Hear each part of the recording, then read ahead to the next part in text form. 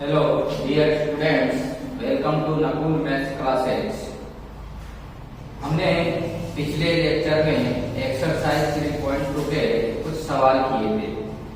आज हम लेक्चर 3 पढ़ने जा रहे हैं। लेक्चर 1 और लेक्चर 2 हमने पढ़ लिया। लेक्चर 1 में केवल एक्सरसाइज 3.2 का हमने पहला सवाल किया था। पहला सवाल x प्लस वाई बराबर 14 और x माइनस वाई बराबर 4, इसको हमने प्रतिस्थापन विधि से हल किया था। और सेकेंड लेक्चर में हमने दूसरा, तीसरा और चौथा 3 सवाल किए थे। आज हम इसका 5वां और 6ठा सवाल भी हम करेंगे। तो देखिए, ये थर्ड लेक्चर है एक्सरसाइज 3.2 का। तो इसमें हम 5 और 6 दो सवाल और करेंगे इसमें। तो देखिए, इसका जो 6 क्वेश्चन है वो है 3x अपॉन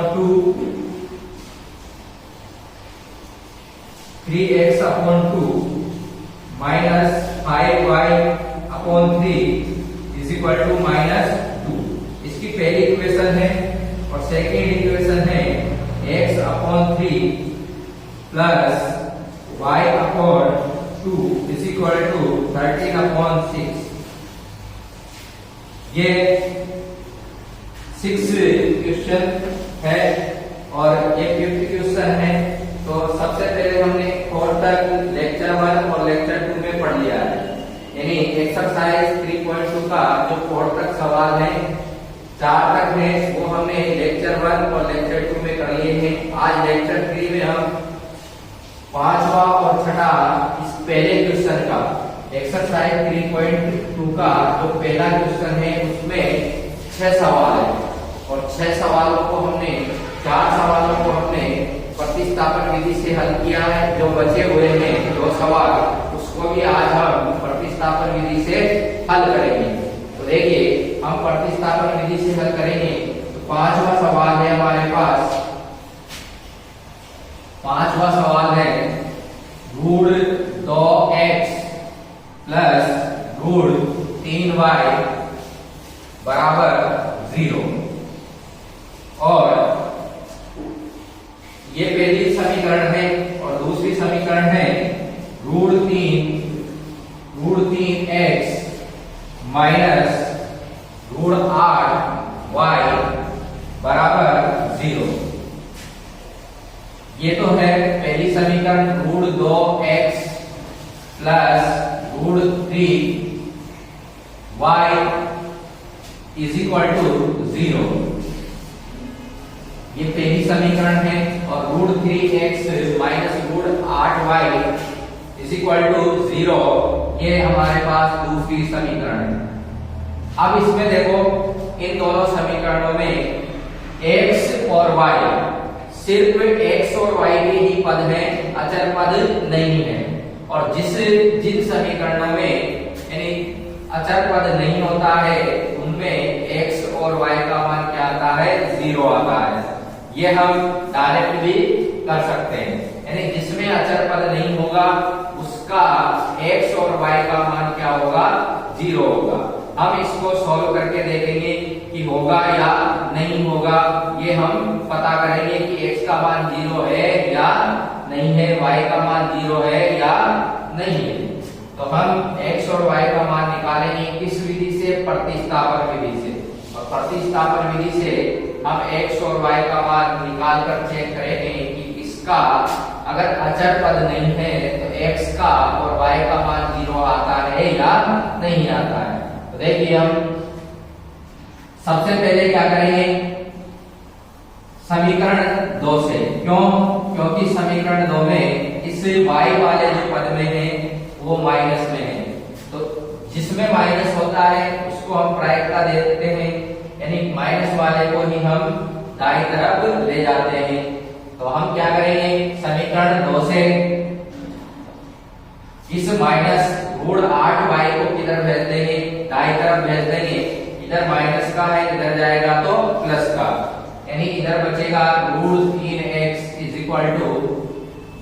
प्लस के रूट 8y। फिर क्या करेंगे हम, ये जो रूट 3 है वो x के गुणा में, इसको दाईं तरफ भेजेंगे तो ये कहाँ जाएंगे, बटे में, यानी डिवाइड में जाएंगे। तो इधर बचेगा x is equal to root 8 upon root 3y। इसको नाम दे देंगे हम समीकरण 3। हमने समीकरण 2 से x का मान निकाल लिया है। उसके बाद क्या करते हैं हम, प्रतिस्थापन विधि में इस x के मान को किसमें रखेंगे, समीकरण 1 में, क्योंकि हमने समीकरण 2 से x का मान निकाला है, इसलिए समीकरण 2 में नहीं रखेंगे। किसमें रखेंगे, समीकरण 1 में। तो हम समीकरण 1 में x के स्थान पर क्या रखेंगे, रूट 8 अपॉन रूट 3y। ये हमें किसके स्थान पर रखना है, x के स्थान पर, समीकरण 1 में। तो x बराबर रूट 8 अपॉन रूट 3y समीकरण 1 में रखने पर,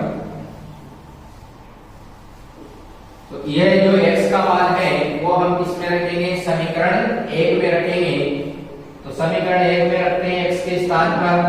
यहाँ पर रूट 2 गुणा में है तो रूट 2 इंटू x के स्थान पर हमें रखना है root 8 upon root 3, root 8 upon root 3 और पीछे है y, रूट 3y, और उसके बाद है plus root 3y plus root 3y और बराबर में है 0। इसके बाद में क्या करेंगे, इन रूट 2 को रूट 8 से क्या कर देंगे, गुणा कर देंगे। कट नहीं रहा है तो हम क्या करेंगे, फिर डायरेक्ट गुणा कर देंगे, और रूट 2 को रूट 8 से गुणा करेंगे तो जो रूट में अंदर है वो आपस में क्या हो जाएंगे, गुणा हो जाएंगे। यानी 2 को 8 से गुणा करेंगे 16, और रूट है तो रूट 16।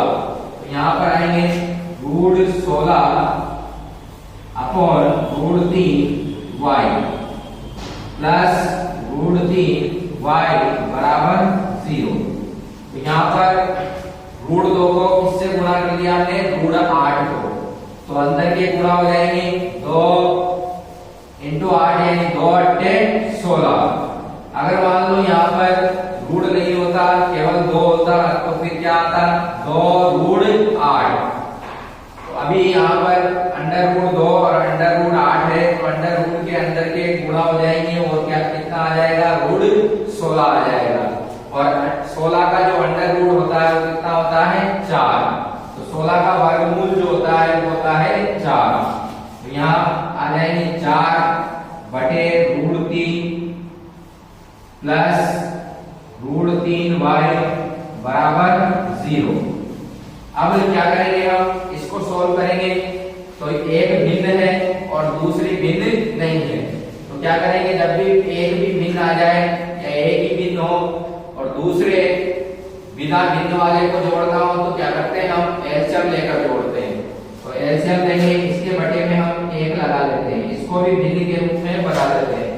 अब क्या करेंगे, एलसीएम लेंगे किसका, रूट 3 का और 1 का, और रूट 3 और 1 का एलसीएम क्या आएगा, रूट 3 ही आएगा। तो यहाँ पर एलसीएम आएगा रूट 3। उसके बाद में क्या करते हैं हम, रूट 3 का भाग रूट 3 में देंगे कितनी बार, 1 बार। हर का भाग देते हैं और अंश से कितनी बार भाग जाता है उसको अंश से मल्टीप्लाई करते हैं। तो रूट 3 का भाग रूट 3 में कितनी बार, 1 बार, और 1 को 4 से गुणा करेंगे तो आएगा हमारे पास 4 प्लस रूट 1 का भाग रूट 3 में रूट 3 बार, और रूट 3 को रूट 3 से गुणा करेंगे तो कितना आएगा, प्लस के 3y बराबर 0। इसमें y है यहाँ पर 4 बटे रूट 3y। तो यहाँ पर कितना आएगा, रूट 3 से डिवाइड करेंगे 1 बार और 1 को 4y से मल्टीप्लाई करेंगे तो ये आएगा 4y। ठीक है, इसके बाद में 4y प्लस 3y कितने हो जाएंगे, 7y।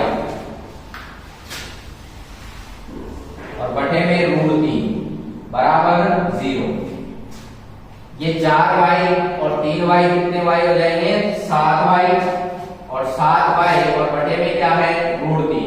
इसके बाद में हम क्या करेंगे √3 को किधर भेज देंगे, हम दाई तरफ भेज देंगे। इधर किसमें है बटे में है, भाग में है, तो इधर किसमें जाएंगे गुणा में, और 0 से गुणा होंगे तो ये क्या होगा 0, यानी 7y बराबर 0 इंटू √3, और 0 से किसी भी संख्या को मल्टीप्लाई करते हैं तो क्या आता है 0, यानी यहाँ पर आएगा 7y बराबर 0। अब 7 को भी हम क्या करेंगे, 7 को भी हम किधर भेज देंगे बराबर के इधर भेज देंगे, दाई तरफ भेज देंगे। 7 मल्टीप्लाई में कहा जाएगा डिवाइड में, तो y is equal to 0 upon 7, और 0 में किसी का भी भाग दो तो क्या आता है 0, यानी y का मान हमारे पास क्या आ गया 0। तो हमने जैसा कहा था वैसा ही है, यानी कि अचर पद नहीं है तो y का मान क्या होगा 0। अब देखते हैं x का मान भी 0 आता है या नहीं आता है। तो हम क्या करेंगे समीकरण 3 में y बराबर 0 रखेंगे, तो ये भी क्या हो जाएगा गुणा में है y तो इंटू 0, और 0 को किसी से भी गुणा करते हैं तो क्या आता है 0, यानी x का मान भी क्या होगा 0। इसका मतलब है कि हम डायरेक्ट इनके मान निकाल सकते हैं, यानी इनका मान अचर पद नहीं है तो हमेशा x और y का मान क्या आएगा 0 आएगा। तो देखिए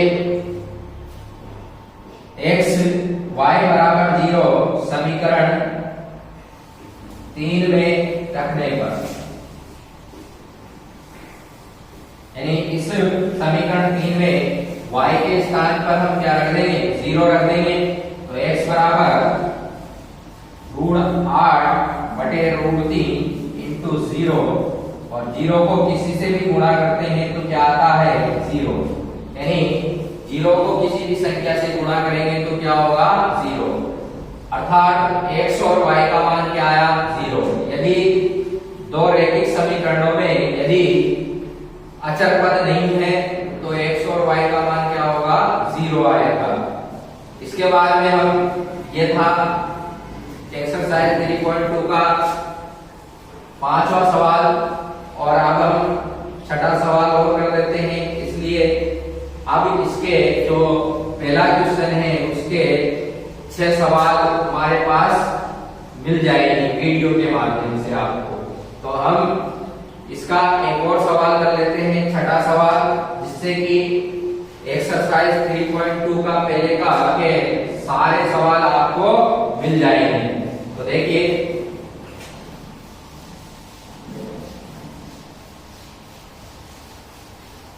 और अगर चैनल पर आप नहीं हो तो हमारे चैनल को सब्सक्राइब करें और बेल आइकन पर क्लिक करें। तो देखिए इसका छठा सवाल है, पहली समीकरण है 3x बटे 2 माइनस 5y बटे 3 बराबर -2।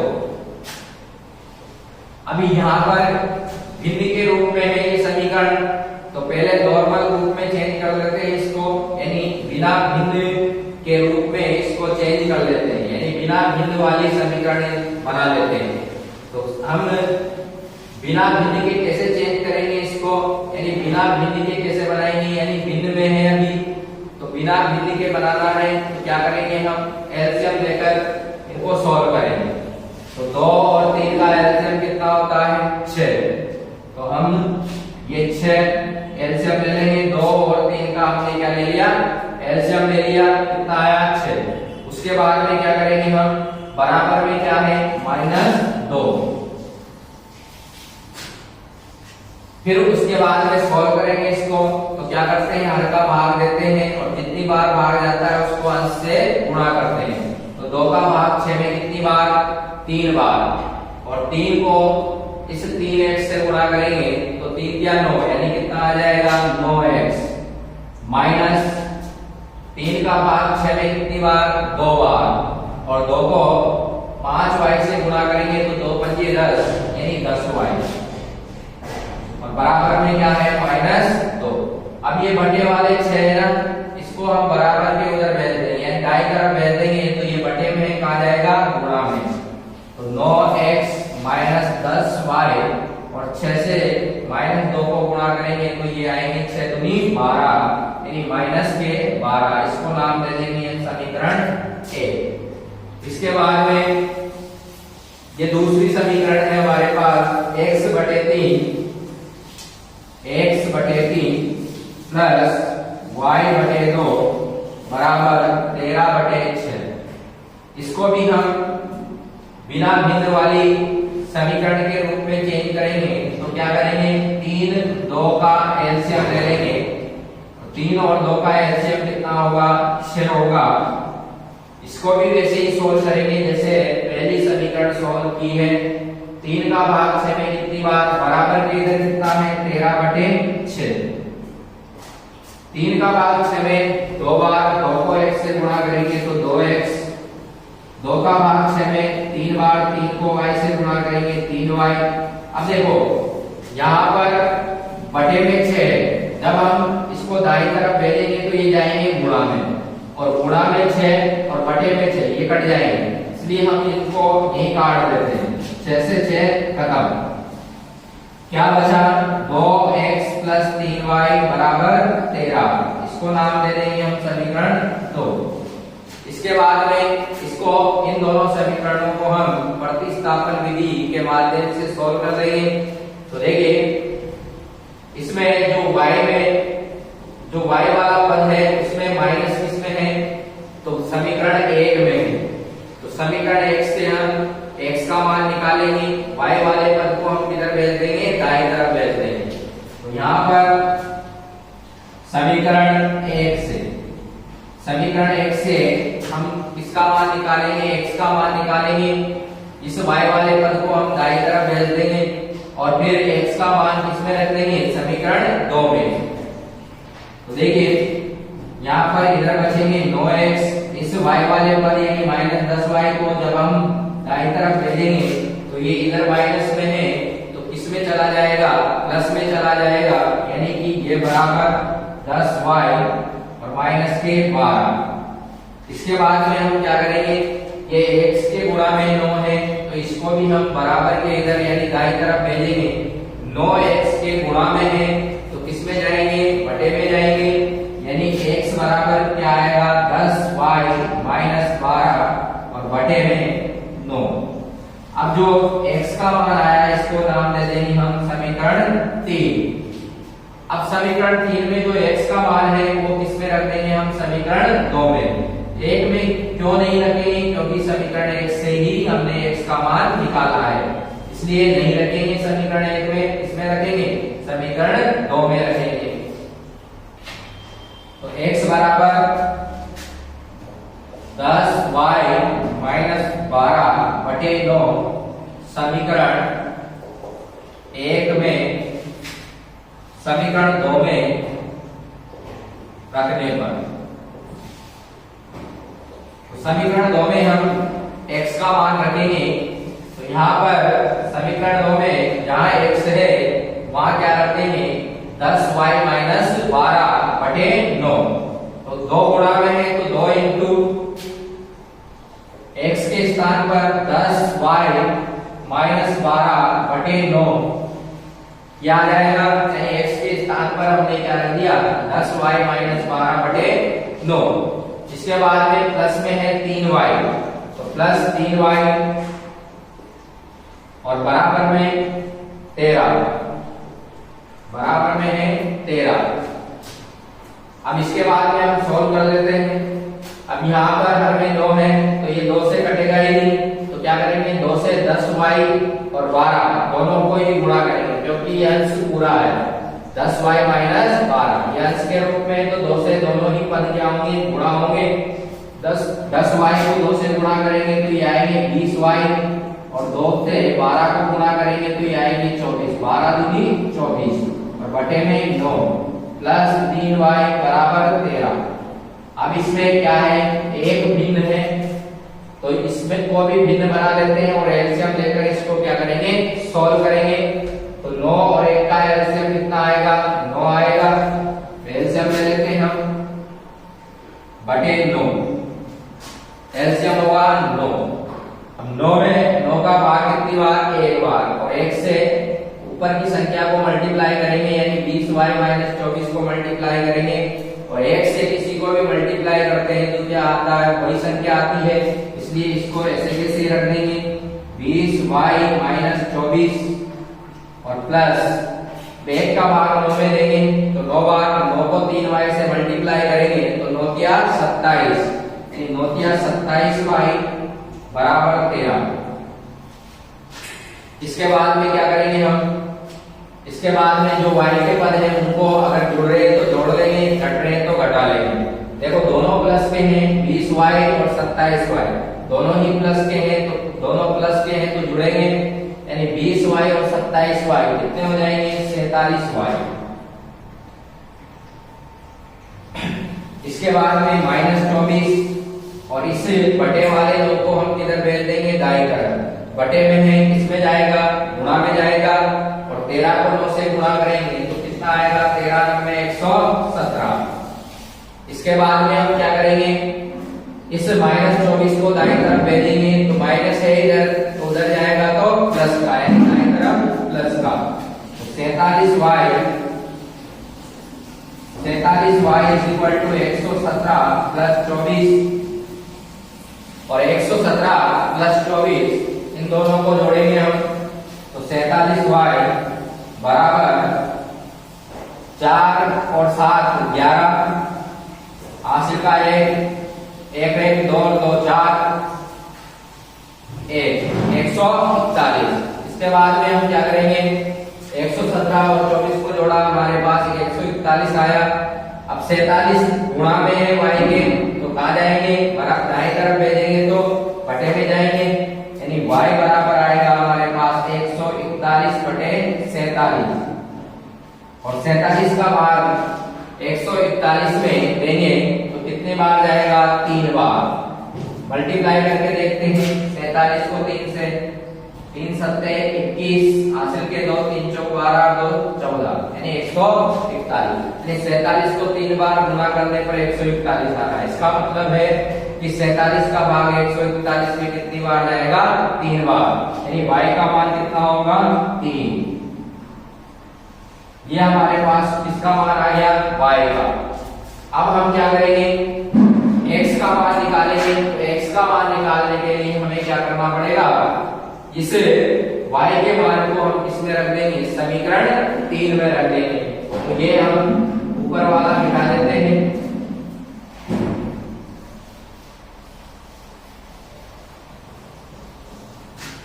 y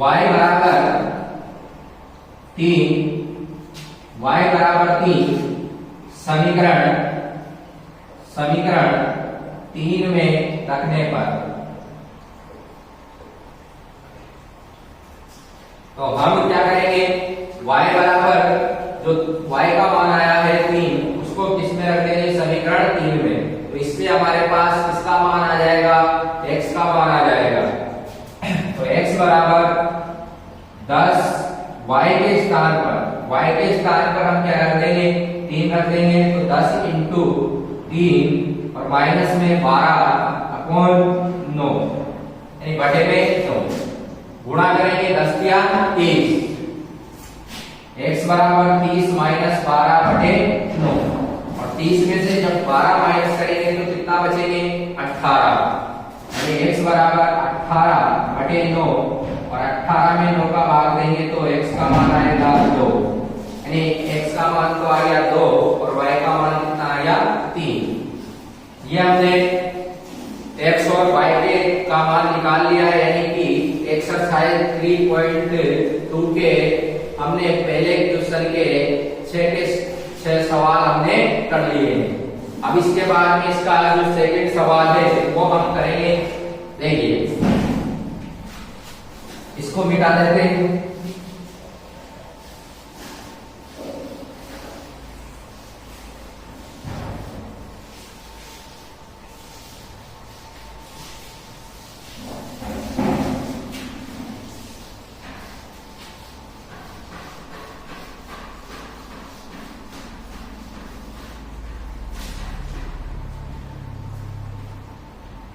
इसका सेकंड सवाल है 2x प्लस 3y बराबर 11 और 2x माइनस 4y बराबर माइनस 24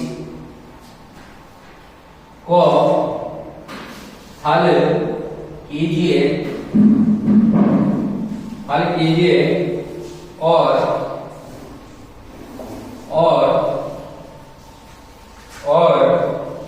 इससे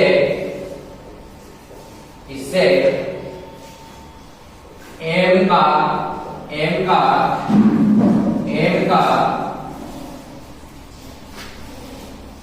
का वह मान ज्ञात कीजिए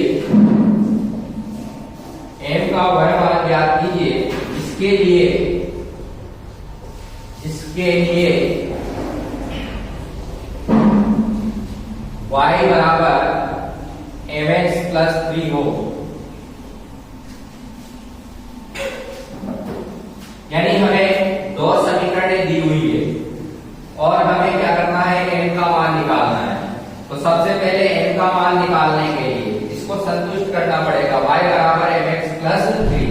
इसके लिए हमें x और y का मान निकालना पड़ेगा और x और y का मान जब आ जाएगा दोनों समीकरणों से तो यहाँ पर हमारे पास m का मान भी आ जाएगा। तो सबसे पहले हमें क्या करना है, प्रतिस्थापन विधि से दोनों समीकरणों से x और y का मान निकालना है और x और y का मान निकालकर इस समीकरण में रखना है। तो देखिए सबसे पहले हम दोनों समीकरणों से x और y का मान निकालेंगे। तो ये है पहली समीकरण 2x प्लस 3y बराबर 11। ये तो है पहली समीकरण। 2x माइनस 4y बराबर माइनस 24, ये है दूसरी समीकरण। इनको हम सॉल्व करेंगे और x और y का मान लेकर आएंगे और x और y का मान आने के बाद इस समीकरण में रख देंगे y बराबर mx प्लस 3 में, तो हमारे पास m का मान आ जाएगा। तो हम क्या करेंगे, देखो माइनस y के पद में किसमें है, समीकरण 2 में। तो समीकरण 2 से हम x का मान निकालेंगे और समीकरण 1 में x का मान रखेंगे। तो समीकरण 2 से 2x बराबर इस माइनस 4 को हम उधर भेजेंगे दाएं तरफ और इधर माइनस का है दाएं तरफ, किसमें जाएगा प्लस में, यानी प्लस के 4y माइनस 24। इसके बाद में 2 गुणा में है x के, तो इसको भी दाएं तरफ भेजेंगे तो ये जाएंगे बटे में, यानी 4y माइनस 24 बटे 2। इसके बाद में इसको नाम देंगे समीकरण 3। अब इस x के मान को हम किस में रख देंगे, समीकरण 1 में रख देंगे। किसमें रख देंगे, 1 में। 2 से निकाला है 1 में रखेंगे। x बराबर 4y माइनस 24 बटे 2 समीकरण 1 में रखने पर, तो समीकरण 1 में x के स्थान पर क्या रखेंगे, 4y माइनस 24 बटे 2। तो यहाँ पर 2 गुणा में है तो 2 इंटू 4y माइनस 24 बटे 2, यह हमने x के स्थान पर रख दिया। उसके बाद में प्लस के 3y बराबर 11। अब ये बटे में 2 है और गुणा में भी 2 है, कट जाएंगे 2 से 2। इसके बाद में क्या बचेगा, 4y माइनस 24 प्लस 3y बराबर 11। ये बचेगा 4y माइनस 24 प्लस 3y बराबर 11। यहाँ पर 4y प्लस 3y कितने हो जाएंगे, 7y। और इस माइनस 24 को हम दाएं तरफ भेजेंगे तो ये किसमें जाएगा, प्लस में, यानी 24 प्लस के 11।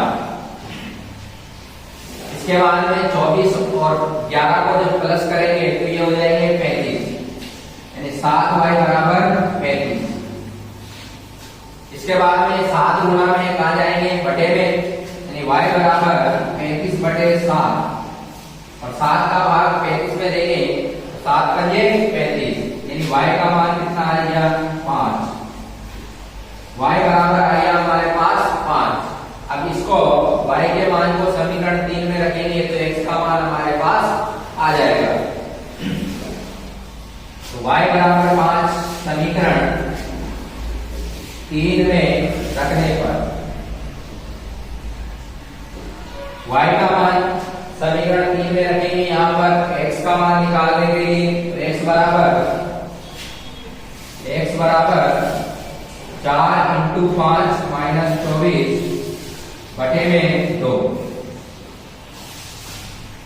सोल्व कर लेंगे, 4 बजे 20, x बराबर 20 माइनस 24 बटे 2।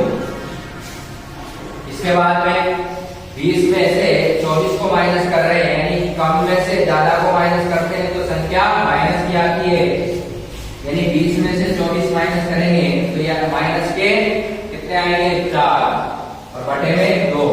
x बराबर माइनस 4 बटे 2, x बराबर 2 का भाग 4 में 2 बार, यानी कि x का मान होगा माइनस 2। x का मान आ गया, y का मान आ गया। अब हम m का मान निकालेंगे तो x और y का मान इस समीकरण में रख देंगे, y बराबर mx प्लस 3 इसमें रख देंगे। तो y का मान कितना आया था हमारे पास 5, तो y के स्थान पर रखेंगे 5 m इंटू x के स्थान पर रखेंगे माइनस 2 प्लस 3। इसके बाद में क्या करेंगे, हम इस प्लस 3 को हम किधर लेके आएंगे बाई तरफ, यानी बराबर के इधर लेकर आएंगे तो ये प्लस का है, इधर आएगा तो माइनस का, यानी 5 minus 3 is equal to m into minus 2। और 5 में से 3 माइनस करेंगे तो कितने आएंगे 2, कितने बचेंगे 5 में से 3 माइनस करने पर 2, और ये गुणा में है माइनस 2, इधर भेजेंगे हम तो कहां जाएंगे बटे में, तो माइनस के 2 इज इक्वल टू m, और 2 में 2 का भाग देने पर कितनी बार जाएगा 1 बार, माइनस है तो माइनस 1, यानी m का मान कितना आ जाएगा माइनस 1। ये हमारे पास m का मान आ चुका है और हमने पहले x और y का मान निकाला है, फिर उसके बाद में m का मान निकाला है। तो ये हमारे पास इसका जो एक्सरसाइज 3.2 का हमने दूसरा सवाल कर लिया है और इसमें हमने m का मान निकाल लिया है। Thank you. अगर वीडियो अच्छा लगे तो हमारे